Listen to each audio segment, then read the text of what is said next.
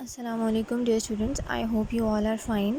ہم لوگوں نے پڑھا تھا کہ کس طرح سے جو ہے اسٹیلا کے سامنے مس ہیویشم جو کو اور پپ کو امبیرس کر شرمندہ کر پیسے دے کر نکال دیتی ہیں۔ Now moving to page number 31، holiday, ایک چھٹی کا دن۔ I was never very happy at home, وہ کبھی بھی اپنے گھر خوش نہیں ہوتا تھا۔ My sister was always unkind to me, میری بہن ہمیشہ مجھ سے بے رحمی کرتی تھی۔ Our house was rough and poor, ہمارا گھر جو ہے بہت ہی رف تھا، پھیلا ہوا، عجیب سا اور غریب خانہ تھا۔ And I was ashamed of it, اور میں اس کی وجہ سے شرمندہ تھا۔ I would not have liked Miss Havisham or Estella to see it، میں نہیں چاہتا تھا کہ مس ہیویشم یا اسٹیلا جو ہیں اسے دیکھیں۔ I had always thought I would be happy when I was Joe's apprentice, but I was not، مجھے لگتا تھا کہ اگر میں جو کا شاگرد بن کر رہوں تو میں خوش رہوں گا، لیکن ایسا نہیں تھا۔ I did not want to be a blacksmith anymore، اب میں بلیک اسمتھ لوہار نہیں بننا چاہتا تھا۔ But I am glad that I did not tell Joe this، میں خوش تھا کہ میں نے جو کو اس کے بارے میں نہیں بتایا۔ It would have made him so sad، یہ چیز اس کو بہت افسردہ کر دیتی۔ Joe had another helper in the forge، جو کے پاس ایک اور ہیلپر ہوتا تھا فورج میں۔ His name was Orlick، اس کا نام اورلک تھا۔ And he was very strong، اور وہ بہت اسٹرانگ تھا۔ He was also a very unpleasant man، اور وہ انتہائی ناخوشگوار انسان تھا، اس کو دیکھ کے خوشی نہیں ہوتی تھی۔ Who did not like anybody، وہ کسی کو پسند نہیں کرتا تھا۔ And nobody liked him، اور نہ ہی اس کو کوئی پسند کرتا تھا۔ He disliked me very much، وہ مجھے بھی بہت ناپسند کرتا تھا۔ One day، ایک دن، I asked Joe to let me have a holiday، میں جو کے پاس گیا اور پوچھا کہ ایک دن کی چھٹی مجھے چاہیے۔ I told him I wanted to see Miss Havisham، میں نے اسے بتایا کہ میں مس ہیویشم سے ملنے جانا چاہتا ہوں۔ The truth is that I wanted to see Estella، سچ یہ ہے کہ میں اس وقت اسٹیلا سے ملنا چاہتا تھا۔ Orlick was also working in the forge، اورلک بھی اس وقت فورج میں کام کر رہا تھا۔ He did not say anything then، اس نے کچھ بھی نہیں کہا تب۔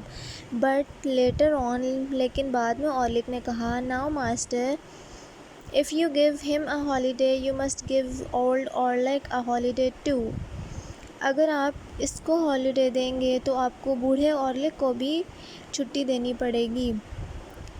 وہ اپنے آپ کو ہمیشہ بوڑھا اورلک بلاتا تھا، حالانکہ وہ صرف تقریباً 25 سال کا تھا۔ ناؤ آپ لوگوں کا تھوڑا سا گرامر ٹاسک ہے، آپ لوگوں نے اچھے سے پیج پریپیئر کرنا ہے، اپنی گرامر نوٹ بکس پہ اوپر چیپٹر نمبر 1 لکھنا ہے، یونٹ نمبر 1، پھر نیکسٹ لائن میں اس کا نام لکھنا ہے، proper nouns and common nouns. نیچے آپ نے ہیڈنگ دینی ہے کہ کس کی، آپ نے ہیڈنگ دینی ہے پہلے کامن ناؤن کی، پھر یہ ڈیفینیشن لکھنی ہے کامن ناؤن کی، پھر آگے فار ایگزامپل میں آپ لوگوں نے کامن ناؤن کی ایگزامپلس لکھنی ہے، ٹھیک۔ ادھر سے آپ کوئی بھی 4-5 ایگزامپلس اٹھا سکتے ہیں۔ پھر آپ نے پراپر ناؤنس کی ہیڈنگ دینی ہے، پھر آپ نے لکھنی ہے ڈیفینیشن پراپر ناؤن کی، ٹھیک، یہاں تک، اور پھر آپ نے کوئی بھی 3-4 ایگزامپلس لکھنی ہیں پراپر ناؤنس کی، ٹھیک۔ آپ کا یہ کام جو ہے آپ کے ایک پیج پر آ جائے گا، آپ نے نیٹلی صفائی سے کام کرنا ہے، 4 لائنس کاپیز پر ہی آپ لوگوں نے کام کرنا ہے، ٹھیک۔ پھر اس کے بعد آپ لوگوں نے کیا کرنا ہے، اگر آپ کے پیج کے نیچے جگہ رہ جاتی ہے تو آپ لوگ وہاں سے بھی شروع کر سکتے ہو۔ آپ لوگوں نے ایسے ہی یونٹ لکھا، یونٹ نمبر 1، آگے آپ نے ڈیش ڈالی، پورا نام لکھا ہے یونٹ کا، پھر آپ لوگوں نے ہیڈنگ لکھی کامن ناؤن، پھر اس کے آگے ڈیش ڈالی، پھر آپ نے آگے سے لکھا کہ common nouns are the general names of, یہاں تک یہ ساری بات آگے ہی آپ نے ایسے فار ایگزامپل ڈال کے پھر آپ نے یہاں پر 3 to 4 ایگزامپلس لکھنی ہے، کوما ڈال کے، اور پھر اینڈ پہ ETC۔ نیکسٹ لائن میں پراپر ناؤنس لکھنا ہے، پراپر ناؤنس کی ہیڈنگ، اس کے نیچے ایک لائن آپ ڈرا کر سکتے ہو، پھر آپ نے ڈیش ڈالنی ہے، پھر آپ نے لکھنا ہے کہ these are special names of کیا، یہاں تک آپ نے لکھنا ہے۔ پھر اسی کے آگے آپ نے لکھنا ہے ایگزامپل، اور آپ نے 3 to 4 ایگزامپلس لکھ کے آگے لکھنا ہے ETC۔ اسی طرح آپ لوگ کرو گے، آپ کا جو سیکنڈ کلیکٹیو ناؤنس ہے، اگر آپ کی اسی پیج پہ جب جگہ بچ گئی تو آپ اسی کے نیچے سے کرو گے، نہیں تو آپ نیکسٹ پیج سے کرو گے۔ یونٹ 2 لکھ کے آگے ڈیش ڈال کے یونٹ کا نام لکھا، اس کے آگے آپ نے لکھا کلیکٹیو ناؤنس کی یہ ڈیفینیشن دی ہوئی ہے، کلیکٹیو ناؤنس کیا ہوتے ہیں، اور آپ نے آگے لکھا ایگزامپل، اور ایگزامپلس میں اتنے سارے ورڈز آپ کو اوپر دیے گئے ہیں، 4 to 5 ورڈز آپ لکھ سکتے ہو۔ اس کے نیچے آپ اینڈنگ لائن ڈرا کرو گے، ٹھیک، مڈ میں پیج کے آپ ایسے اینڈنگ لائن ڈرا کرو گے اسکیل سے سیدھی، میرے پاس ابھی اسکیل اویلیبل نہیں ہے، تو اس کے نیچے سے ہی آپ نے کیا کرنا ہے، پھر اپنا یونٹ نمبر 3 کی ڈیفینیشن لکھنی ہے۔ آپ کی یونٹ نمبر 3 کی ڈیفینیشن ہے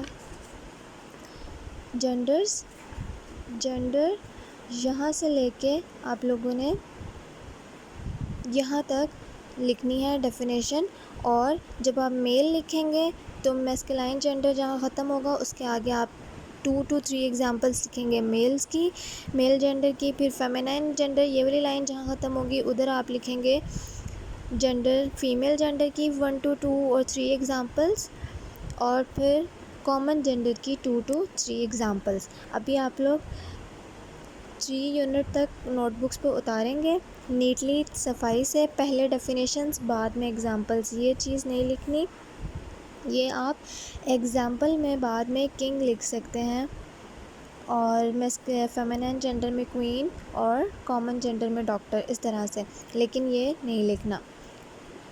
اسی طرح سے ہم لوگ 1 to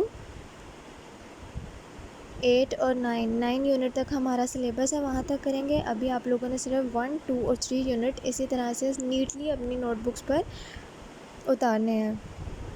thank you very much, complete your notebooks. آپ جب اگلی دفعہ کلاس میں آئیں تو آپ کے ساری نوٹ بک پر ہوئے ہونے چاہیے۔ چیپٹر 4 5 6 7 8 اور 9 کا میں آپ کو نیکسٹ لیکچر میں بریف دے دوں گی، آپ لوگ خود سے بھی کر سکتے ہو اگر آپ صفائی سے کر سکتے ہو اور آپ کو ڈیفینیشنس پتہ چل رہی ہیں تو، نہیں تو ہم لوگ اگلے 3 چیپٹر جو ہیں وہ اگلے لیکچر میں ہوم ورک کریں گے۔ یہ آج کا آپ کا ہوم ورک ہے، یونٹ 1 2 3 ڈیفینیشنز اور ایگزامپلس لکھنی ہے، یونٹ 1 مینشن کر کے اس کی پھر اینڈنگ لائن ڈرا کر کے یونٹ 2 لکھنا ہے، اس کا نام، پھر اس کی ڈیفینیشنز، ایگزامپلس، پھر اینڈنگ لائن ڈرا کر کے یونٹ 3۔ آپ لوگ ایک پیج پہ ایک یونٹ کریں تو زیادہ اچھا ہے، لیکن اگر جیسے یونٹ 2 بہت چھوٹا ہے تو آپ اس کے نیچے یونٹ 3 کر سکتے ہیں۔ Kindly complete your notebooks, meet you in the next meeting, take care of yourselves, اللہ حافظ۔